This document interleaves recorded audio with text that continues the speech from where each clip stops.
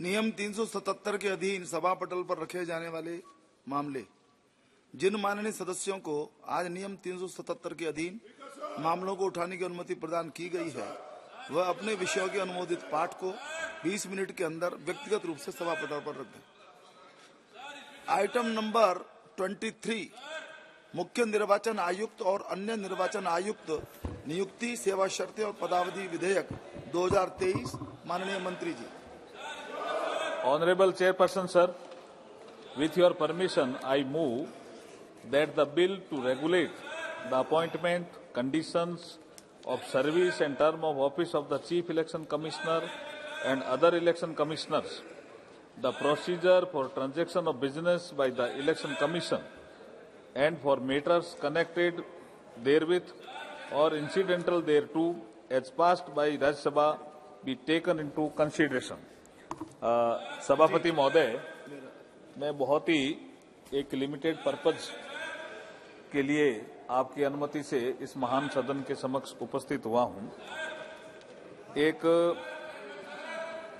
Supreme court का फैसला आया कि संविधान निर्माताओं ने आर्टिकल 3242 के तहत भारत का जो निर्वाचन आयुक्त होगा उसके लिए कुछ कानून बनाने के लिए बात की थी, लेकिन कई साल बीत गए, कानून बना नहीं। 91 में कानून बना, लेकिन उस कानून में अपॉइंटमेंट का जिक्र नहीं था, इसलिए फिर कोई PIL में गया और उसके बाद सुप्रीम कोर्ट ने एक स्टॉप गैप अरेंजमेंट किया कि जब तक पार्लियामेंट कानून नहीं बनाए तब तक ये व्यवस्था रहेगी।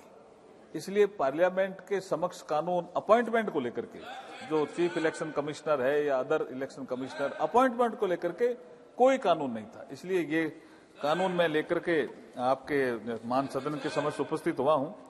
इसमें जो राज्यसभा ने इसको पास किया है, क्योंकि पहले राज्यसभा में 10 अगस्त को ये इंट्रोड्यूस हुआ था, तो उसमें कुछ ऑफिशियल अमेंडमेंट थे जो मैं पहले जिक्र कर देता हूं।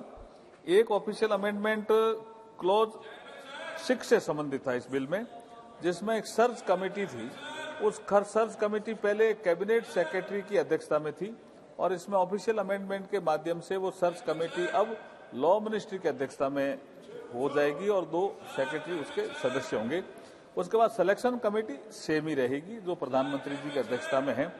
एक क्लॉज 10 में, इस बिल के क्लॉज 10 में हमने ऑफिशियल अमेंडमेंट का प्रस्ताव आपके समक्ष है कि सुप्रीम कोर्ट के जज के बराबर सैलरी हो जाएगी। ये एक ऑफिशियल अमेंडमेंट किया है।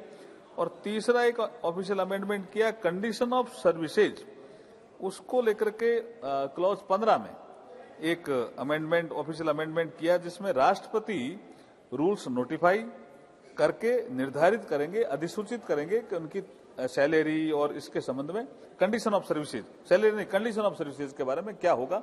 सैलरी तो सुप्रीम कोर्ट के जज के बराबर, कंडीशन ऑफ सर्विसेज ये राष्ट्रपति निर्धारित करेंगे। एक क्लॉज 15A में न्यू एक क्लॉज जोड़ा इस ऑफिशियल अमेंडमेंट के माध्यम से कि जो चीफ इलेक्शन कमिश्नर या अदर इलेक्शन कमिश्नर होंगे वो अपनी ड्यूटी करते समय कोई ऐसा आदेश पारित करेंगे तो उसके खिलाफ एक प्रोटेक्शन होगा कि CEC और EC अपनी ड्यूटी करते समय कोई कार्रवाई संपादित करेंगे तो ऐसे प्रकरणों में उन पर कोर्ट पे कोई कार्रवाई नहीं होगी, ये प्रोटेक्शन होगा। इस तरह के ऑफिशियल अमेंडमेंट मैं लेकर के आया हूं। मैं चाहूंगा कि ये एग्जीक्यूटिव का एक बड़ा काम था और संविधान निर्माताओं ने आर्टिकल 50 में भी सेपरेशन ऑफ पावर, एग्जीक्यूटिव का वर्क एग्जीक्यूटिव करे, जुडिशरी का वर्क जुडिशरी करे, लेजिस्लेटिव का वर्क लेजिस्लेटिव करे, इस दिशा में एक बढ़ता हुआ कदम है, प्रोग्रेसिव लॉ है। मैं चाहूंगा कि चर्चा के बाद इसको सर्वसम्मति से पास करने का